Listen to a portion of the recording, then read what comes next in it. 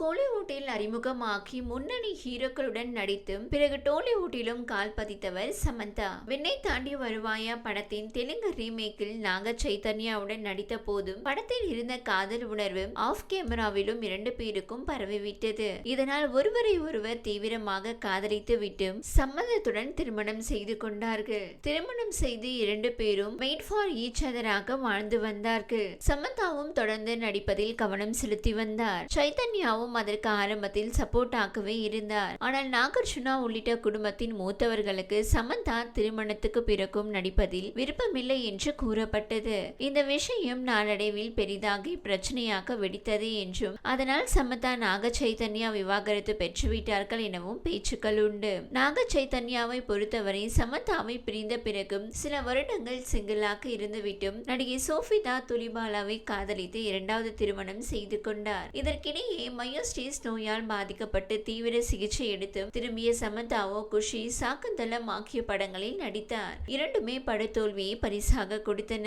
பிறகு குட்டி பிரேக் எடுத்துவிட்டு சிட்டாடல் வெப் சீரிஸ் மூலம் ரீஎன்ட்ரி கொடுத்தார். அதுவும் ஓரளவுக்கு நல்ல பெயரை கொடுத்தது. சிட்டாடல் எதிர்பார்த்த பெயரை பெற்றுக் கொடுத்ததால் அடுத்தடுத்து சாம் நடிப்பார் என்று அவரது ரசிகர்கள் ஆர்வத்துடன் காத்திருந்தார்கள். ஆனால் இப்போது கைவசம் ஒரு வெப் சீரிஸ் மட்டுமே வைத்திருக்கும் அவர் பெரிதாக வேறு எந்த ப்ராஜெக்டிலும் கமிட் ஆகவில்லை என்று தெரிகிறது.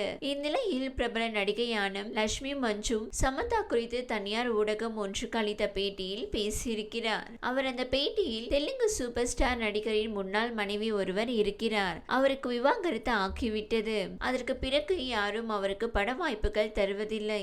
ஏற்கனவே அவர் கமிட் ஆகியிருந்த படங்களும் கைவிட்டு போயின. அந்த நடிகைக்கு வாய்ப்பு கொடுத்தால் நடிகர் எதுவும் நினைத்துக் கொள்வார் என சொல்கிறார்கள். ஆனால் நடிகையோ நடிப்பதற்கு தயாராக தான் இருக்கிறார். ஒரு ஆணுக்கு இது போல் நடக்காது. ஆனால் பெண்களுக்கு அப்படி இல்லை. திருமணமானால் குழந்தைகள் உள்ளிட்ட எல்லா பொறுப்புகளையும் சுமக்க வேண்டும் என்றார். இதனை பார்த்த ரசிகர்களும் லட்சுமி மஞ்சு சமந்தாவை தான் மறைமுகமாக சொல்கிறாரா, நாக சைத்தன்யா தான் சமந்தாவின் கெரியரை கெடுக்கிறாரா என பல கேள்விகளை முன்வைக்க ஆரம்பித்திருக்கிறார்கள்.